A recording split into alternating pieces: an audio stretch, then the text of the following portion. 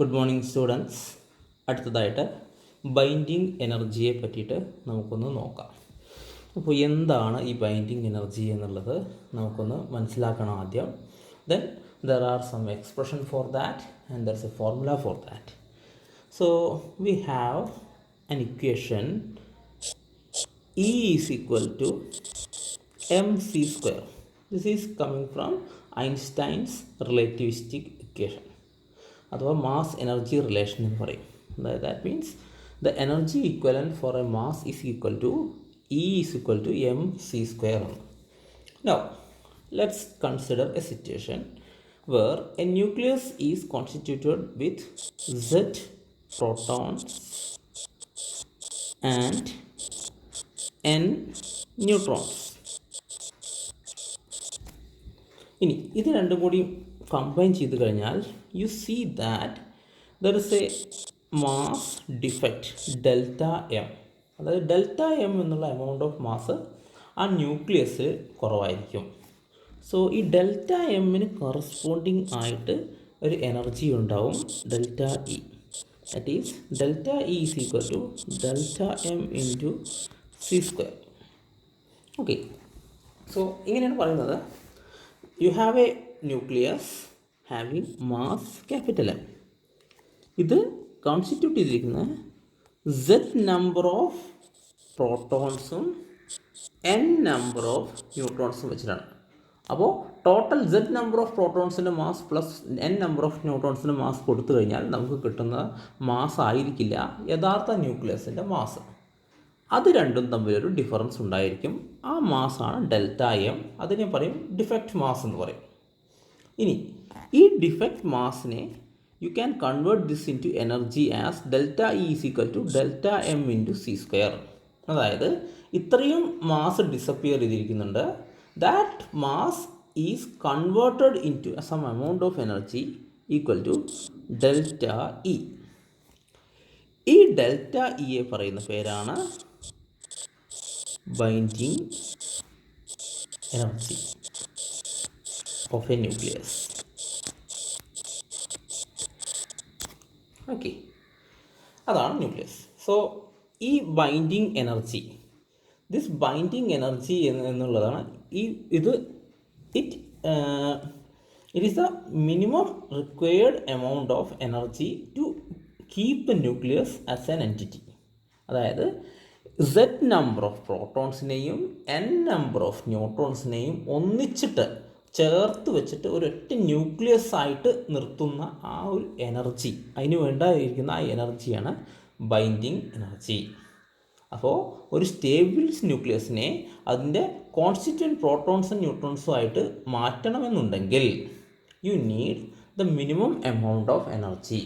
ആ minimum amount of energy പറയുന്ന പേരാണ് ബൈൻഡിങ് എനർജി. ഓക്കെ, സോ പല കേസുകളുണ്ട്, അത് പല എമൗണ്ട് ഉണ്ട്. So let's check out that. Consider A deuterium. Deuterium നമ്മൾ നോക്കുകയാണ്. അതിനകത്ത് ഒരു പ്രോട്ടോൺ ഉണ്ട്, ഒരു ന്യൂട്രോൺ ഉണ്ട്. കുറച്ച് എനർജി ഉള്ള ഹൈ എനർജി ഫോട്ടോൺ അതിലേക്ക് വന്നു. അത്രയും എനർജി, മിനിമം എനർജി ചെന്ന് കഴിഞ്ഞാൽ സപ്പോസ് ഈ ഫോട്ടോണിൻ്റെ എനർജി എന്നുള്ളത് it is equal to the binding energy of the deuterium. അങ്ങനെയാണെന്നുണ്ടെങ്കിൽ ആ എനർജി അബ്സോർബ് ചെയ്തിട്ട് പ്രോട്ടോണും ന്യൂട്രോണും ആയിട്ട് മാറും.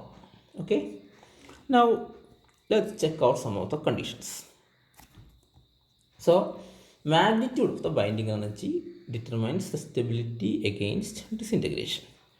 ഓക്കെ, അപ്പോൾ so maybe I will just write down magnitude of binding energy is a measure of stability of the nucleus. അപ്പോൾ binding energy high ആണെന്നുണ്ടെങ്കിൽ ന്യൂക്ലിയസ് സ്റ്റേബിൾ ആയിരിക്കും. അപ്പോൾ suppose a nucleus have the least possible energy, then it is set to be in ground state. Okay, അപ്പോൾ അതിനകത്തൊരു possible, ഇപ്പോൾ നമ്മൾ binding എനർജിന് minimum energy എന്ന് പറഞ്ഞു. അപ്പോൾ അതിനകത്ത് ലീസ്റ്റ് പോസിബിൾ ആയിട്ടുള്ള എനർജിയിലാണ് ന്യൂക്ലിയസ് നിൽക്കുന്നതെങ്കിൽ അതിനെ പറയും we say that is in the ground state. അത് ഇ മിനിമമാണ്. അപ്പോൾ അതിനകത്ത് മിനിമം പോസിബിൾ ആയിട്ടുള്ള എനർജിയാണ് ഇ മിൻ. what happens if E is greater than E min? Then this is said to be in excited state.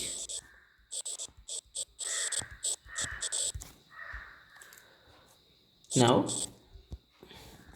E equal to 0 വരാം.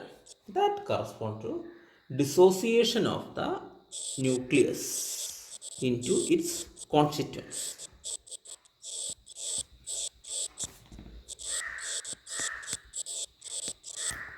Into its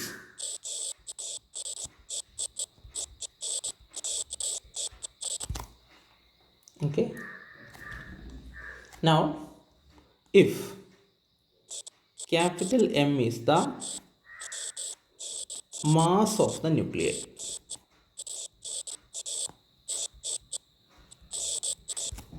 അതിനകത്ത് Z protons and N neutrons ഉണ്ട് എന്ന് assume ചെയ്യുന്നു.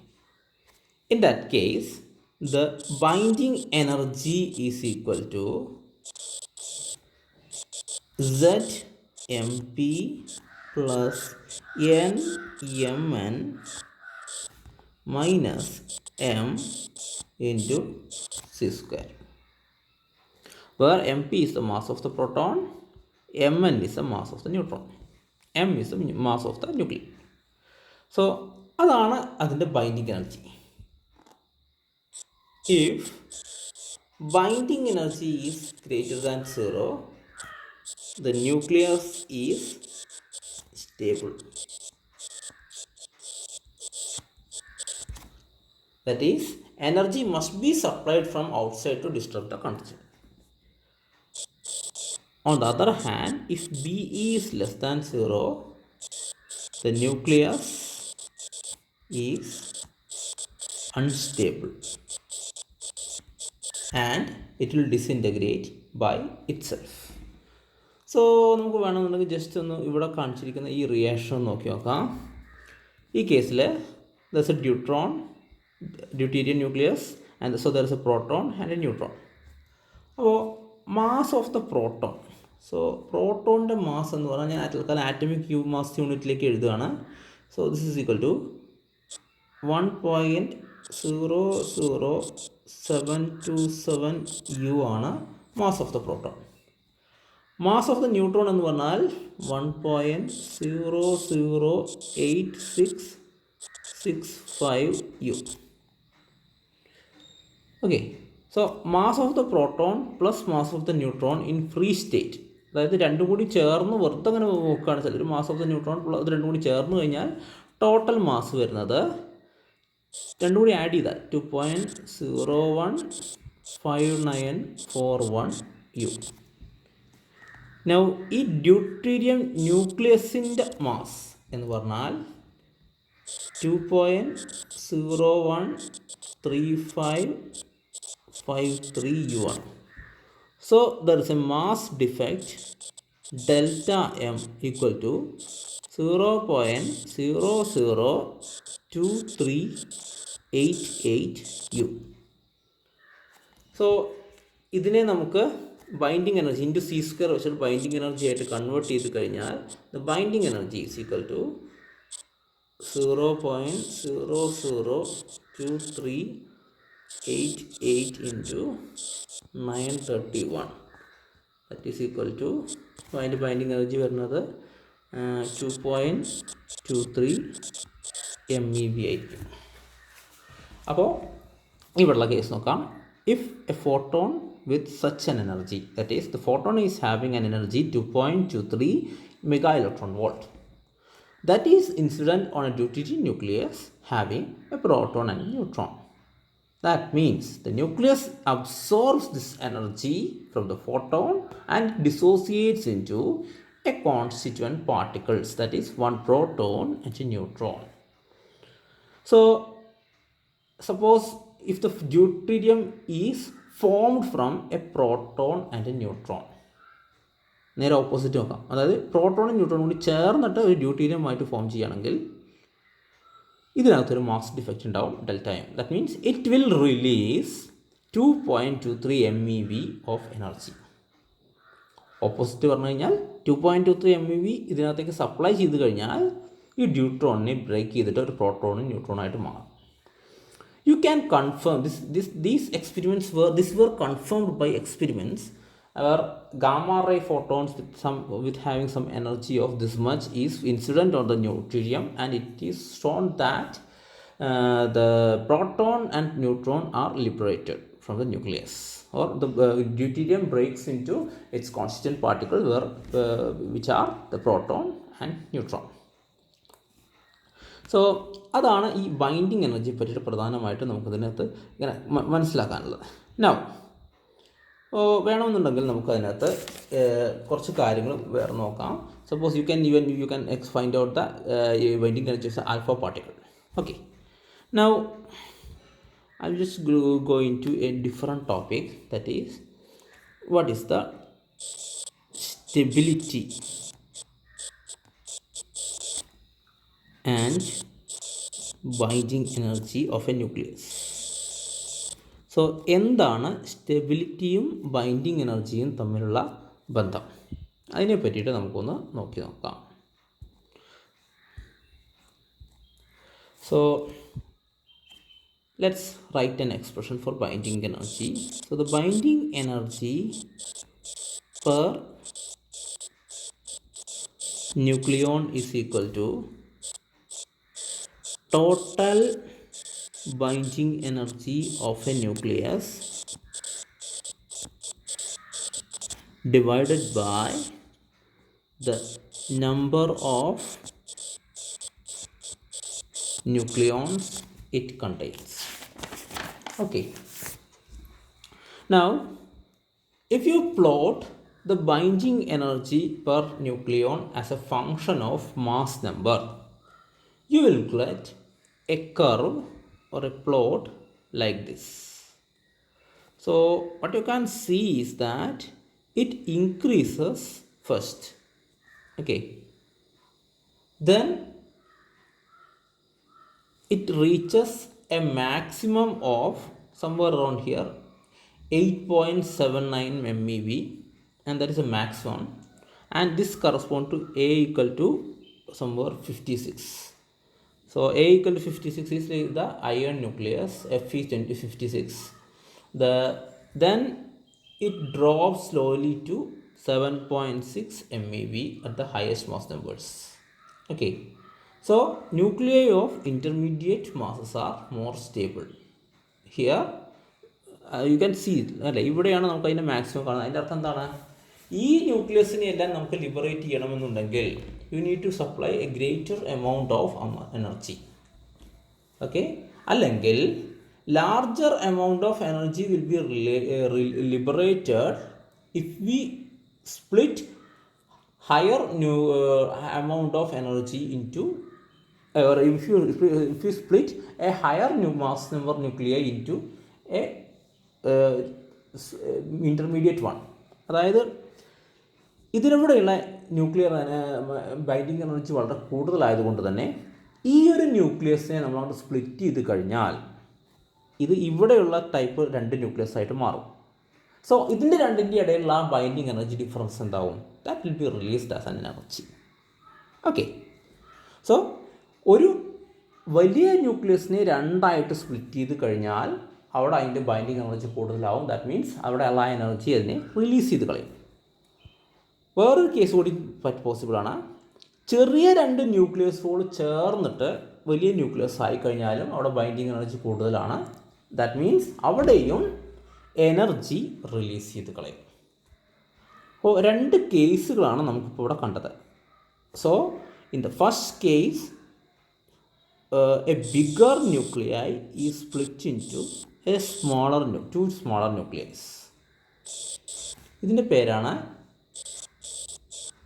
Nuclear fission. അടുത്ത case എന്ന് പറഞ്ഞാൽ ചെറിയ 2 smaller nuclei ചേർന്നിട്ട് വലിയൊരു ന്യൂക്ലിയർ, അതിനെ ന്യൂക്ലിയർ ഫ്യൂഷൻ എന്ന് പറയുന്നത്. 2 കേസുകളും നടക്കുന്നത് പ്രോപ്പർ സർക്കംസ്റ്റൻസസിലാണ്. And it evolves energy as predicted. Okay, അപ്പോൾ ഇതിൻ്റെ ഏറ്റവും പ്രധാനപ്പെട്ട ഈ കർവിൽ നിന്ന്, ഈ ബൈൻഡിങ് എനർജി കർവിൽ നിന്ന് നമുക്ക് ഏറ്റവും കൂടുതൽ പ്രധാനപ്പെട്ട ഒരു കൺക്ലൂഷൻ ഡ്രോ ചെയ്തതാണ് ഇപ്പോൾ നമ്മൾ പറഞ്ഞത്. ഇവിടെയുള്ള ഒരു ന്യൂക്ലിയസ്, അത് വളരെ ഹൈ ആയിട്ടുള്ള ഒരു ന്യൂക്ലിയസിനെ രണ്ടായിട്ട് സ്പ്ലിറ്റ് ചെയ്ത് കഴിഞ്ഞാൽ ഹയർ ബൈൻഡിങ് എനർജിയുള്ള രണ്ട് ന്യൂക്ലിയസ് ആയിട്ട് മാറും. അപ്പോൾ ആ ഹയർ ബൈൻഡിങ് എനർജി എന്ന് പറഞ്ഞാൽ ഹയർ എനർജി നമ്മൾക്ക് അതിനകത്ത് കൊടുക്കേണ്ടി വരും. അതിൻ്റെ അർത്ഥം അത്രയും മാസ് അതിനകത്ത് മിസ്സിങ് ആണ്. അപ്പോൾ ഇതിനകത്തുള്ള ഇവിടെ ഇതായി മാറുമ്പോൾ ഉണ്ടാകുന്ന മാസ് ഡിഫറൻസ് എന്താവും, അതവിടെ എനർജി ആയിട്ട് ലിബറേറ്റ് ചെയ്ത് കളഞ്ഞു. മറ്റൊന്ന്, ചെറിയ രണ്ട് ന്യൂക്ലിയസോട് ചേർന്നിട്ട് വലിയ ന്യൂക്ലിയസ് ആകുമ്പോഴും അവിടെ എനർജി ഡിഫറൻസ് ഉണ്ടാവും. അത്രയും എനർജി അവിടെ, അത്രയും മാസ് ഡിഫറൻറ്റ് അവിടെ എനർജി ആയിട്ട് അത് റിലീസ് ചെയ്ത് കളഞ്ഞു. ഓക്കെ, സോ ആദ്യത്തെ പ്രോസസ്സിൻ്റെ പേര് പറയുന്നതാണ് ന്യൂക്ലിയർ ഫിഷൻ, രണ്ടാമത്തത് nuclear fusion.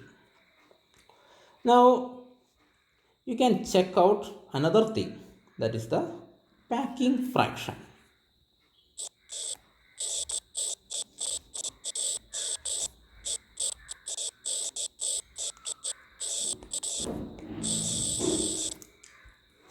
So the ratio of mass defect and mass number.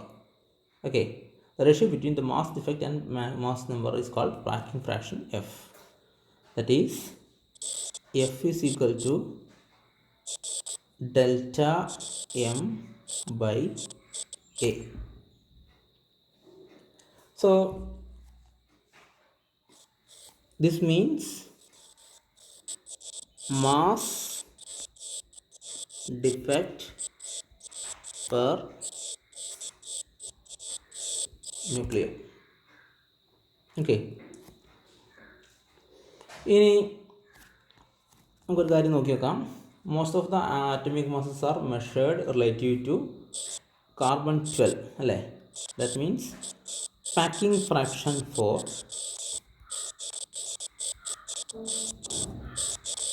This isotope C12 is 0.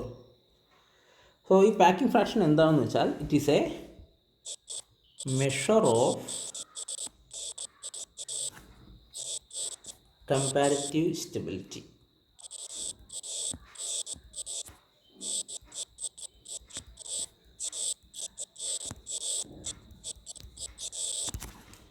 Let's define the packing fraction.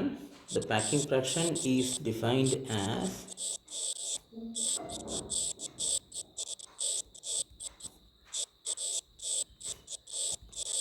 isotope mass minus mass number divided by mass number into 10 raised to 4. So it can have a positive or negative sign. So packing fraction is negative, isotope mass is less than the mass number. So അതായത് സംഭവിക്കുന്നത് എന്താണെന്ന് വെച്ചാൽ, sometimes some mass get transformed into energy in the formation of that nucleus in accordance with the equation. അപ്പോൾ ആ കേസുകളിൽ എന്താണെന്ന് വെച്ചാൽ, nucleus are some more stable. Positive packing fraction പറഞ്ഞാൽ എന്താണെന്ന് വെച്ചാൽ, അതൊരു ഇൻസ്റ്റെബിലിറ്റിയുടെ ഒരു എന്താ പറയുക ടെൻഡൻസിയാണ്. എക്സാക്ട്ലി ഇത് ക്വൈറ്റ് കറക്റ്റ് അല്ല, കാരണം ലോ ആറ്റമിക് മാസസിൻ്റെ കേസിൽ അത്ര കറക്റ്റ് എന്നല്ല. So maybe if you plot the packing fraction against the mass numbers, what you can see is a curve like this. So കണ്ടില്ലേ, നമ്മൾ കുറഞ്ഞ ഇതിനകത്തുള്ളതിനകത്തെല്ലാം പറയുന്നതെല്ലാം വളരെ സ്റ്റേബിൾ ആയിട്ടുള്ള ന്യൂക്ലിയസ് ആണ്. അതിനകത്തെല്ലാം ഇവിടെ ഇങ്ങനെയാണ് കാണുന്നത്.